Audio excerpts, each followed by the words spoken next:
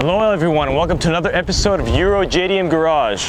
Today we have picked up one of my favorite cars of all time, a true legend of 90s JDM iconography, the 90s 300ZX, or as it's known in Japan, the Fairlady Z. This is one of my absolute favorite designs out of the Japanese era of the 90s sports cars. This is a car that's starting to really pick up steam in pricing. So I had a feeling I wouldn't be able to get one. Luckily, I found one with my favorite color, TK3 Sapphire Blue Metallic. It's absolutely fantastic color. Some birds took a crap on it while I was waiting. No worries, I can tell the paint underneath is very good. And it's gonna be a great car. I love the touches on the car. BBS wheels were put. Interior needs a little bit of a cleanup, because as you can see, the guy added quite a few additional gauges and TV screens and stuff, but overall I actually like these leather seats that were put on over, and they look really cool. Yeah, and overall we got a lot of busy days. You can see behind us there's a new ship coming in right here, the new Wallenius ship. If you come over here you'll get a better angle. So it's non-stop with the JDM cars coming in. As soon as one ship is unloaded, next one's coming in like the week after. So it's really crazy. And as a result, I didn't really think I'd be able to afford one of these. Luckily, I don't know what happened, but the luck was in my favor and I was able to get this for a very reasonable price. And over in the back, we can see Fairlady Z. Again, I like the Japanese naming a little bit more. In America, they renamed all the Fairlady Zs, 240Z, 280Z, 300Z, up until the new one, which was just unveiled. And now that the new one has been unveiled and it's about to be released, I think all the classic Fairlady Z models are really gonna get that kind of nostalgia back and climb up in price. Another thing I really love about this, it has the T-top roofs. So these roof will just pop out and you get almost a convertible appearance and feel, although with the stability of a coupe still. It's something very similar with the 70s Trans Ams and all that. So all the touches I really like. But the main thing is what's under the hood, which is right over here.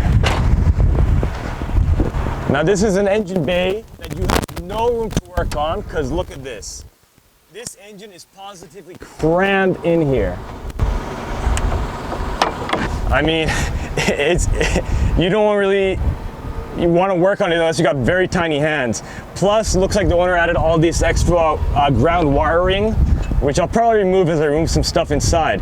But even without it, this is the legendary VG30 DETT engine. So it's a twin turbo V6 motor, producing about 300 horsepower and a little over 300 foot-pounds of torque. And when this car came out in 1990 in Japan, it was the fastest Japanese car at the time. Top speed-wise, it was an absolute beast. And this engine was in production for its entire duration. You could also get them with the naturally aspirated VG30DE, but that produces about 80 horsepower less, and you want to get it with the great engine, the turbos. But yeah, as you can see, it is such a mess over here that I'm really glad that a few things have been done. For example, timing belt was replaced at 97,381 kilometers in the it was pretty much just changed. Let's see, we're at 110,000 now. Okay, so the mileage was changed about 7,000 miles ago, so that's really good. The timing belt's a really massive job on this car, because you got to take out the whole radiator, fan clutch. It's not easy. So that's really cool. And yeah, it looks really nice. I love the stance on it, the BBS wheels, like I said. And this one is gonna proudly take its place alongside my Soarer.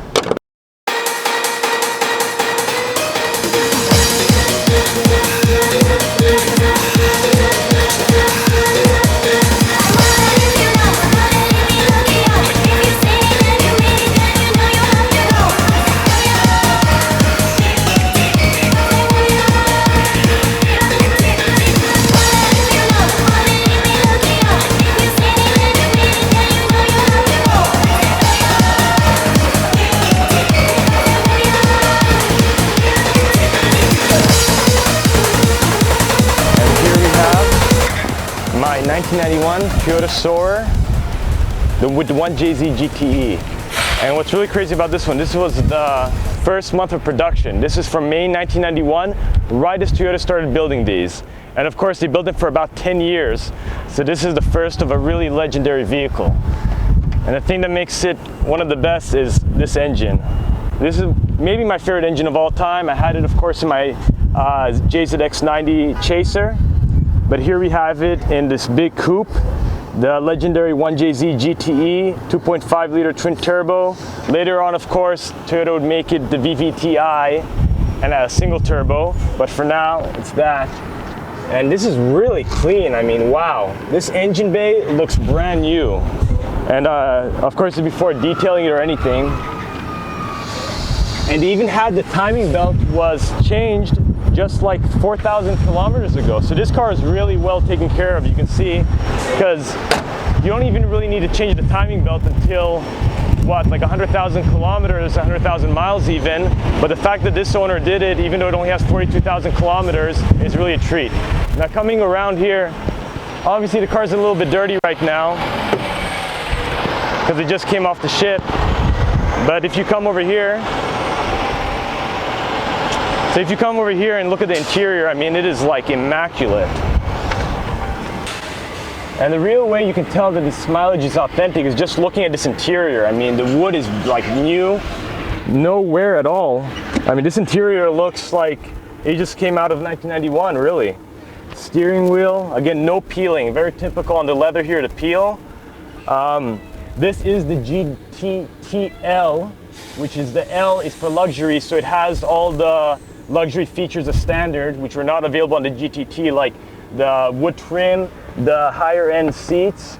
Of course, you could only get the leather on the 4.0, the V8 engines, and it was a very rare option on the JZZ31, but that's the equivalent of the SC300 Lexus. Speaking of which, this was a Lexus in the US. This is a Lexus SC300, but of course here it's a Toyota Soarer, as the Lexus brand was still not in Japan.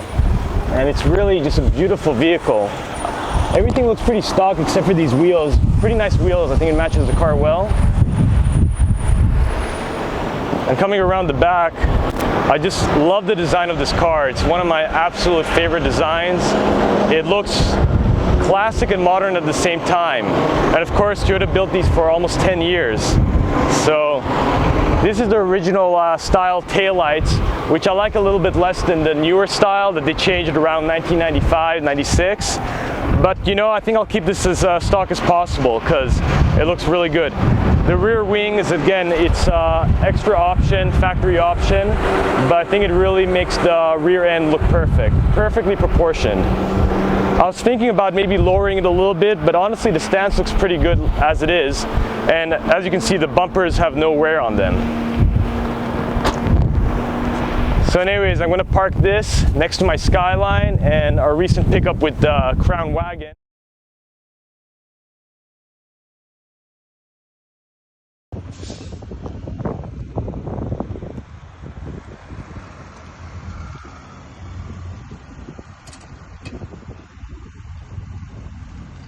Alright, so here we have my 94 Toyota Crown.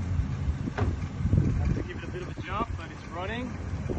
And we'll go for a review soon. But let's get out of here.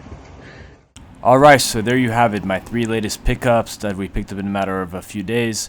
Sorry for having to cut it short without showing the Crown so much. But my friend that was with me, he had to get going, so that was it for then. But I'm going to have an in-depth review of each car, the Crown, the Fairlady, and the Soarer. So stick around. Thanks again for watching, and I'll catch you guys next time.